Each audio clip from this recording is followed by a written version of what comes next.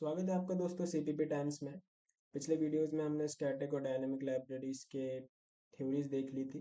इस वीडियो में हम डिमॉन्स्ट्रेट करेंगे कि किस तरह से एक स्टैटिक या डायनेमिक लाइब्रेरी को बनाया जा सकता है। So let's start this. तो शुरुआत करते हैं लाइब्रेरी नाम के फोल्डर बनाने से। इसके अंदर ही हम सारे स्टैटिक लाइब्रेरीज की शुरुआत हम यहीं पे बनाना शुरू करते हैं। तो स्टैटिक लाइब्रेरी में सबसे पहले हमने डिसाइड किया था कि हमें अपने सारे फंक्शंस का डिक्लेरेशंस लिख लेंगे। तो वो मैं एक हेडर फाइल में लिखने वाला हूँ।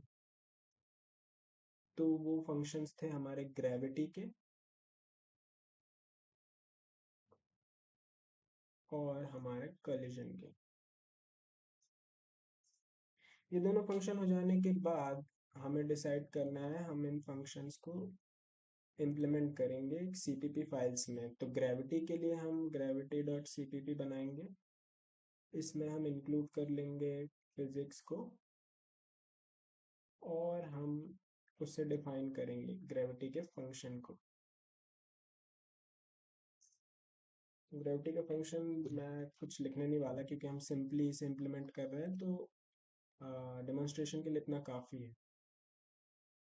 एक कोलिजन फंक्शन भी बनेगा। उसके लिए कोलिजन सीपीपी अगेन मैं फिजिक्स को इंक्लूड कर लूँगा इसमें। फंक्शन को डिफाइन करते हैं। तो ये दो फंक्शन हमने डिफाइन कर लिए हैं। अब हमें इन्हें कंपाइल करना है। कंपाइल कैसे करेंगे? तो मैं जाऊँगा लाइब्रेरी के फोल्डर में, G++ को बोलूँगा कि मेरी ग्रेविटी फाइल को कंपाइल कर दो, और उसने कर दिया। फिर मैं कंपाइल करवा लूँगा कोलिजन को, वो भी हो गई। अब हमने बोला था कि हम एक टूल का यूज़ करेंगे लाइब्रेरी को बनाने में। तो वो टूल कौन सा होने वाला है? तो टूल हमें कोई एक्स्ट्रा डाउनलोड करने की ज़रूरत नहीं है। वो G++ के पास हमारे पास होता है एक आर्काइवर जो लाइब्रेरी बना के दे देगा हमें।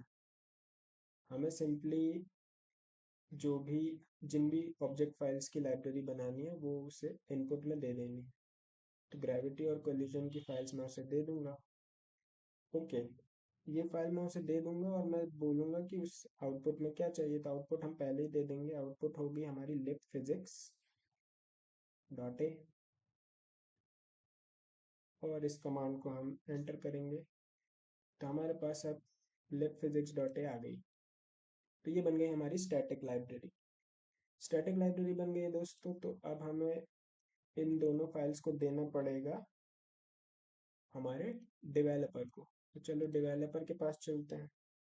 डेवलपर का फोल्डर बनाते हैं। डेवलपर क्या कर रहा है दोस्तों? यहाँ पे डेवलपर बोल रहा है कि भाई मैं बना रहा हूँ गेम डॉट सीपीपी। ठीक है, मुझे हेडर फाइल चाहिए। तो वो मैं उसे ला के दे देता हूँ। पेस्ट कर दिया डेवलपर के पास लिब फिजिक्स डॉट ए और फिजिक्स डॉट एच। तो अब डेवलपर क्या करेगा आगे देखते हैं। डेवलपर अपनी गेम डॉट सीपीपी में इंक्लूड कर लेगा फिजिक्स को।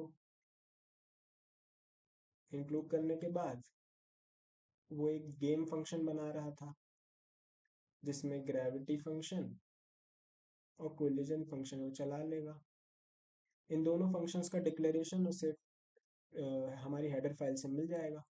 हेडर फाइल में दोनों के डिक्लेरेशन है। सिंपली उसे रन करके वो मेन फंक्शन में गेम को रन करेगा।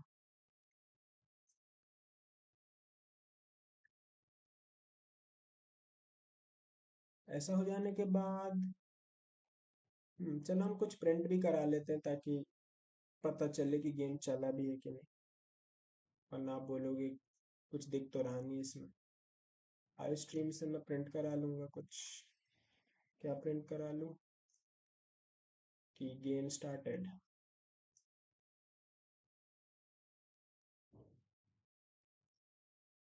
ठीक है, सिंपली प्रिंट भी करा लेते हैं।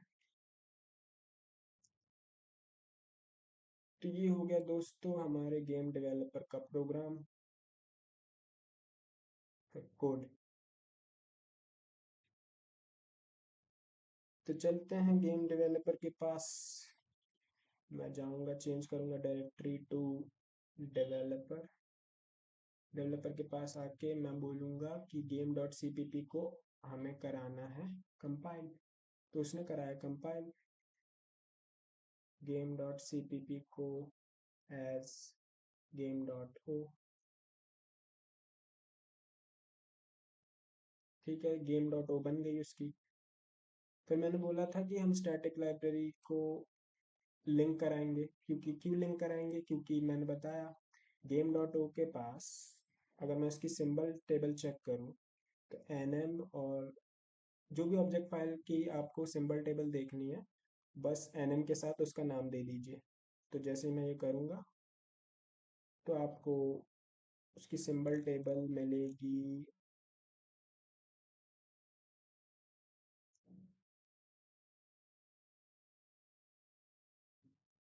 यस, सिंबल टेबल के जो सिंबल्स हैं यहाँ से स्टार्ट हो रहे हैं, तो आप देख सकते हैं सबसे पहला है गेम।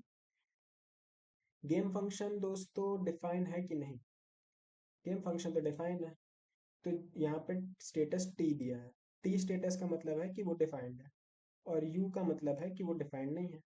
तो यहाँ पे गेम के लिए तो स्टेटस डिफाइंड है, तो इसकी ऑब्जेक्ट फाइल में गेम का सिंबल तो डिफाइंड है।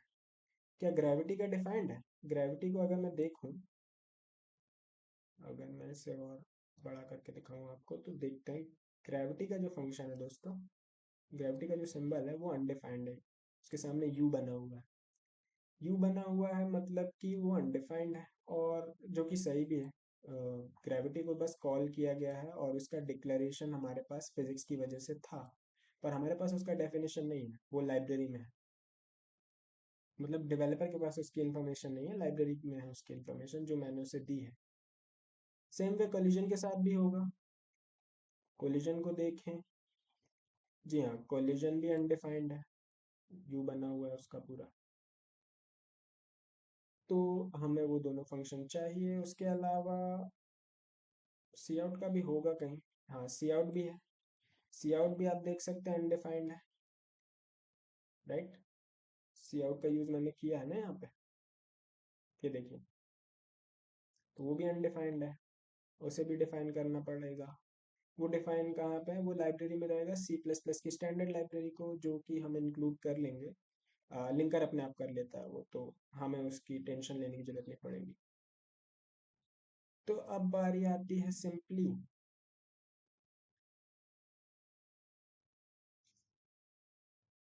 लिंक कराने की। लिंक कराते हैं। लिंक कराने के लिए मैं बोलूँगा जी प्लस प्लस, लिंक कराना है गेम डॉट ओ को लिब फिजिक्स डॉट ए से। ओके, और आउटपुट में चाहिए गेम डॉट ई एक्स। और गेम डॉट ई एक्स तैयार हो गई। गेम डॉट ई एक्स तैयार हो गई है। अब इसे एग्जीक्यूट करा के देखते हैं क्या हमारा फंक्शन चल रहा है, क्या हमारा प्रोग्राम चल रहा है।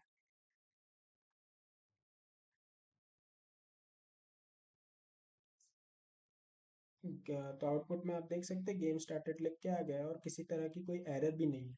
इसका मतलब कि हमारा फंक्शन, इसका मतलब कि डेवलपर का जो प्रोग्राम है वो चल गया। तो दोस्तों ये था स्टैटिक लाइब्रेरी। अब डायनेमिक लाइब्रेरी देख लें।